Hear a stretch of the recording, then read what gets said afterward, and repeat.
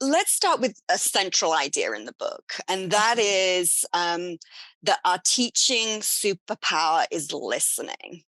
And so you argue that our teaching superpower is listening, Mhm. and that the authentic listening and the actions that result from it is our most radical teaching behavior.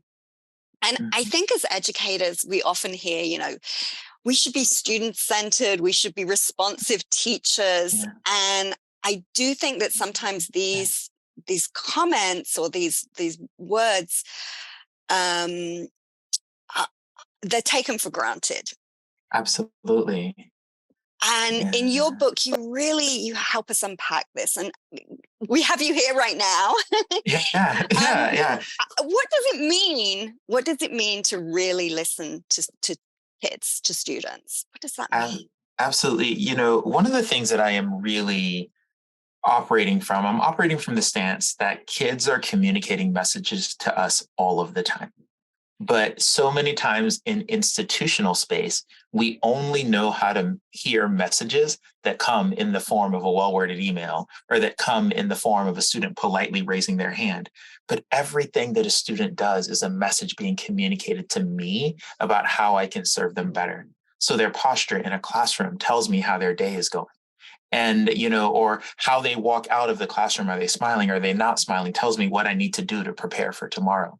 How they engage with their friends or how many times they try before they give up, all of those are messages that are communicated to me that I can think about and use my understanding from those messages to craft more powerful classroom experiences for kids.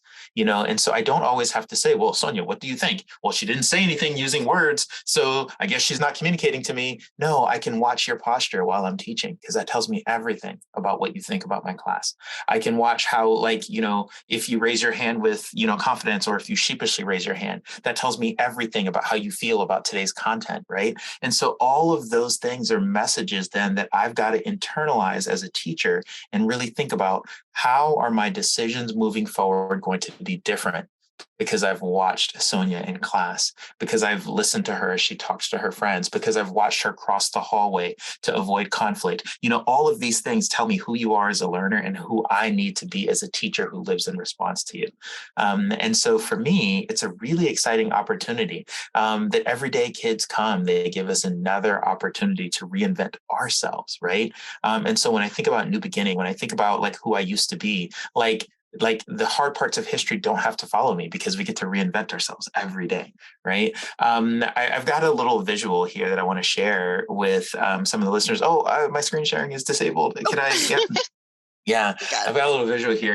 I think about how, I'm in middle school space, and people forget that one of the most powerful prerequisites for learning is joy. That, like, I cannot learn in spaces where I am unhappy or uncomfortable, right? And so I think about how our work is always about cultivating first joy, then learning. And so when I think about like what joy is, when people are heard or understood, they feel safe, right? And we know that wherever safety is, there is belonging, right? And so if I want to create a classroom environment where kids feel like they belong, it starts with that listening. But here's the complicated piece. You don't just feel heard because someone listened to you, right? Oh, so Cornelia sat across the table while I talked. That's not how we feel heard. You heard, you feel heard because you notice what someone did because they listened, right? They took action, right? So if you tell me something and then all of a sudden the classroom reality shifts because of what you told me, you're like, oh, I belong here now. Right. And so I think about what that can look like for educators, right? And I break it down into really concrete steps because it's really important for me, like you said, Sonia, that these things go beyond just cliche, right? That I think there's first the act of listening itself, right? And so that happens at the site of the message being delivered, right? But it's not always going to be a kid sitting across the table from me. It's not always going to be an email. It's not always going to be somebody raising their hand. It might be a confrontation that two kids have in the hallway, right? It might be a kid's heavy sigh when I take out the math book, right? It might be a kid rolling their eyes when a teacher enters the room. All of those tell me how a kid feels about school and how they feel about their learning. So there's the active listening itself. But then after I hear, this is where all the real work happens, right? After we hear, we have some thinking to do. And here's the question. I'm not just thinking about my response, how I'm going to respond in this moment. I'm actually thinking about my habits and my rituals as an educator, right?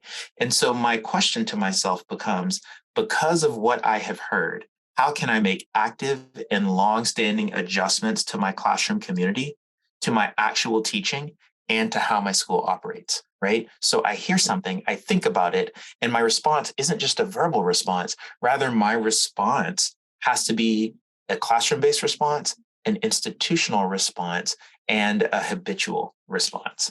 And so for me, that's what it means to really listen to kids.